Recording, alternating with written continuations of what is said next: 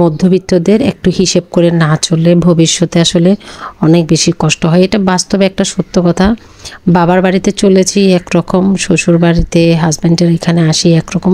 এটা বলাটা একদমই ঠিক না। আমার কাছে মনে হয় যে খুব ছোটোবেলা থেকে প্রত্যেকটা মানুষকে অভ্যাস করা উচিত যে আমাকে এভাবেই চলতে হবে, একটা নিয়মের মধ্যে চলা উচিত। সেটা টাকা পয়সা থাকুক বা না থাকুক, কিংবা আপনি মধ্যবিত্ত হন কিংবা যেটাই হোক, একদম খুব ছোট থেকে একটা হিসেবের মধ্যে চলাটা উচিত।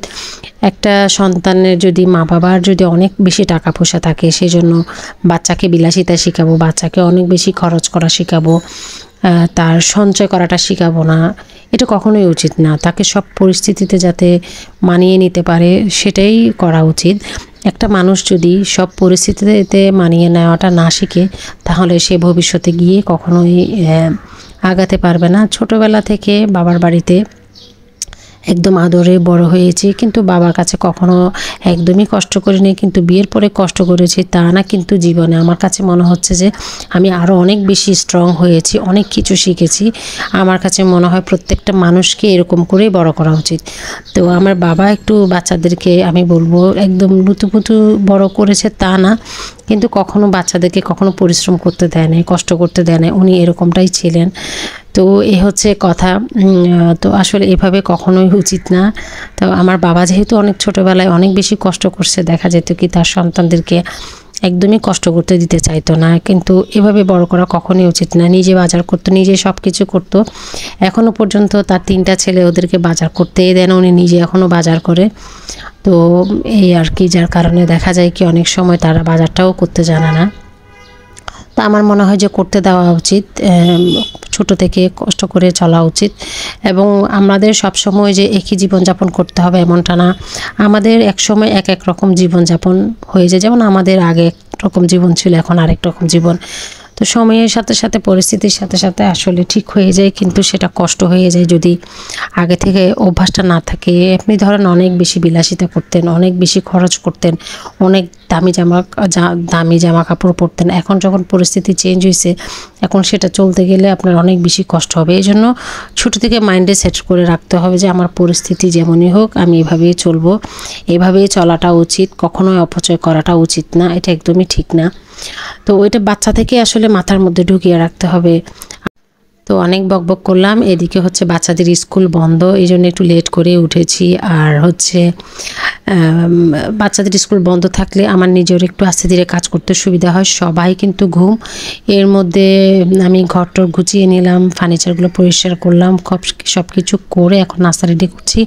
কিছু মাটির জিনিসপত্র ছিল, সেগুলো হচ্ছে একটু গুছিয়ে রাখলাম। মাটির জিনিসপত্র তোমাদেরকে ভিডিওতে আমি দেখিয়েছি, কিনে নিয়ে আসছি। সেগুলো একটু সারাদিন পানির মধ্যে ভিজিয়ে রেখেছিলাম। এরপরে হচ্ছে ভালো করে পানি ঝরিয়ে মুছে রেখে দিয়েছি, যাতে খাওয়ার উপযোগী হয়। এই হচ্ছে কথা। এখন হচ্ছে রুটি ভেজে নিচ্ছি। আসলে ছিল 3টা রুটি, আর গতকাল যে বুট ভাজি করেছি কিছু বুট ভাজি আছে। তো এই গরমে রুটিটাও আমার বানিয়ে রাখতে ইচ্ছে করতেছে না। আমি যখন রুটি বানাতে নিই আমার পুরো শরীর ভিজে যায়, একদম ছন্ন ছাড়া হয়ে যাবে, ভিজে একদম অবস্থা কাহিল। হ্যাঁ, অনেক মানুষ আছে একটু কম ঘামে, আমি একটু বেশিই ঘামি। মোটা মানুষটাকে একটু বেশিই ঘামে, কিন্তু আমি অনেককে দেখেছি মোটা কিন্তু অনেক কম ঘামে। জানি না আমি এত বেশি ঘামি কেন। আমি দেখা যায় কি একটু ফ্যান ছাড়া দাঁড়ালে আমার পুরো শরীর ভিজে যাবে, একদম জামাসহ, এরকম একটা অবস্থা। তো এই যে এখন সকালের ব্লগটাই তোমাদের সাথে আমি শেয়ার করছি। সকালে আমি কি বন্ধের দিন কিভাবে কাটলো। তো ভেবেছিলাম বের হব, কিন্তু এই গরমে হচ্ছে আমি আর বেটের হই নাই। এখানে হচ্ছে আমি একটু ভুট্টা বাটির মধ্যে নিয়ে নিচ্ছি। 3টা রুটি ভেজেছি, একটা রুটি ছিঁড়ে গেছে, এটার আবার জোড়া লাগায় কোনো রকম ভেজেছিলাম।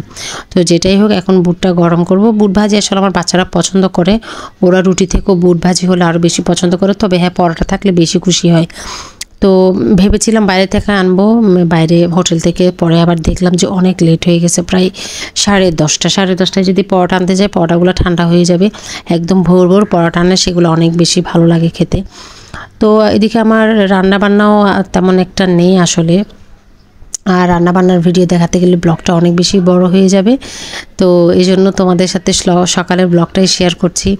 সকালে কি কি কাজকর্ম করলাম এই যে দেখতে পাচ্ছেন। আর যেহেতু রাতের বেলা আমি কাজটা গুছিয়ে রেখেছি, সকালে আসলে খুব একটা এলোমেলো সেরকম না। আসলে যখনের কাজ তখন করে না রাখলে দেখা যায় কি অনেক বেশি মেসি হয়ে যায়, কষ্ট হয়ে যায়। করতে পারি তাও না। আমার ছেলেকে পড়াইতে পড়াইতে আমার অলমোস্ট 10টা বেজে যায়। আমার ছেলেকে যেহেতু পড়াইতে হয়, মেয়েকে পড়াইতে হয় না, এমনি দেখি পড়া, এটা পড়ো ওইটা পড়ো বলি। ওর বাবাই ওকে বেশিরভাগ দেখে, আমি দুজনকে আসলে ওভাবে সময় দিতে পারি না। কারণ মেয়ে বড় হয়ে গেছে 7, ওকে বুঝাইতেই পারি না যে তোমাকে নিজেই পড়তে হবে। তো যেটাই হোক, এদিকে টেবিলে সব নাস্তা দিয়ে দিলাম। আর এই যে দেখতে পাচ্ছেন একটা শশা কেটে দিলাম। বাচ্চারাও ঘুম থেকে উঠে অলসতা করতেছে এত লেট করে উঠেও। আর একটু চা করে নিচ্ছি। আমাদের চট্টগ্রামের মানুষ যতই গরম পড়ুক না কেন, চা জিনিসটা কখনো বাদ দিবে না আমার মনে হয়। বিশেষ করে দুধ চা, তাও রং চাও না। আবার আমার বাচ্চারা দুধ চা খায় না, ওরা কিন্তু রং চাই খায়। তো আমি বলতেছিলাম এই গরমের মধ্যে আমরা কিভাবে যে চা খাই, সত্যি এটা না খেলে কেমন যে লাগে, এটা একটা অভ্যাস হয়ে গেছে। আমার কাছে মনে হয় যে মানুষ যেটা অভ্যাস করে সেটাই হয়, এইটার ব্যতিক্রম কখনো হয় না। তো এই যে চা নিয়ে নিলাম, খুব বেশি বানানি, অল্প বানিয়েছি এবং এখানে বসে চা খাচ্ছিলাম আর বসে বসে রোদ দেখতেছিলাম আমি। এদিকে মোটামুটি কাজকর্ম শেষ, কিন্তু একটা বেডরুম গোছানো হয়নি, এটা একটু গুছিয়ে নিচ্ছি। কারণ হচ্ছে এটাতে সবাই ঘুমাইছিল, উঠছে লেট করে, বন্ধের দিন ছিল এই জন্য। তো যেটাই হোক, এখন হচ্ছে বিছানাটা পরিষ্কার করে এরপর রান্নাবান্নায় চলে যাব। আজকে শরীরটা খুব একটা ভালো লাগছে না। তো দেখা গেল কি সে ভালো ছিলাম সকাল থেকে মোটামুটি, হঠাৎ করে একদম 11টা বাজতে আমার একদম শরীরটা কেমন যেন করে উঠলো, পুরো শরীর ব্যথা এবং কাশি। এটা রাতেও হয়েছিল, আবার হঠাৎ করে এখন দেখলাম যে কাশি চলে আসছে আর শ্বাসকষ্ট। এটা একমাত্র তারাই বুঝতে পারে যাদের হচ্ছে এই রোগটা আছে। প্রত্যেকটা মাই চায় তার সন্তানকে উপযুক্ত সময় দিতে, কিন্তু আমি এমন একটা হতভাগা, আমার অসুস্থতার জন্য বাচ্চাদেরকে ঠিকঠাক মতো সময় দিতে পারি না। তারপরে কি আর করা, আমার মাকে দেখতাম আমাদের অসুস্থ হলে পুরা দমে আমাদেরকে অনেক বেশি টাইম দিত, যেটা আমি একদমই পারি না। আমি নিজেও অসুস্থ থাকি, আমার বাচ্চাদের কথা বাদই দিলাম, পারলে ওদেরকে প্রপার টাইম আমাকে দিতে হয়। দোয়া করবেন আমার 2 সন্তানের জন্য, আল্লাহ যেন তাদেরকে নেক হায়াত দেয় এবং খুব দিনই পথে চালায়। আমি সেটাই দোয়া করি, অনেক ভালো কিছু হোক, ভালো কিছু করুক, এটাই আমার বাচ্চাদের জন্য দোয়া।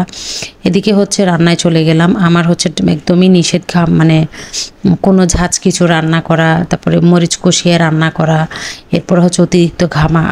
মানে আমার যেটা হচ্ছে ঘামলেই সাথে সাথে কাপড় চেঞ্জ করে ফেলতে হবে, ঘামগুলো গায়ে শুকানো যাবে না। এগুলো তো কয়বার যে করতেছি কোনো ঠিক নাই, যার কারণে সময়ের আর বরকত পায় না। এগুলো নিজেরটা করতে করতে সময় চলে যাচ্ছে।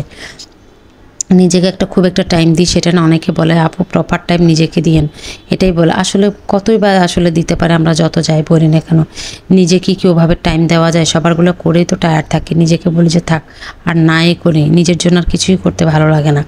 এদিকে হচ্ছে বাজার তো কিছু নাই, যেহেতু মাসে শেষ হয়ে গেছে, বাজারও এখনও যাওয়া হয় নাই।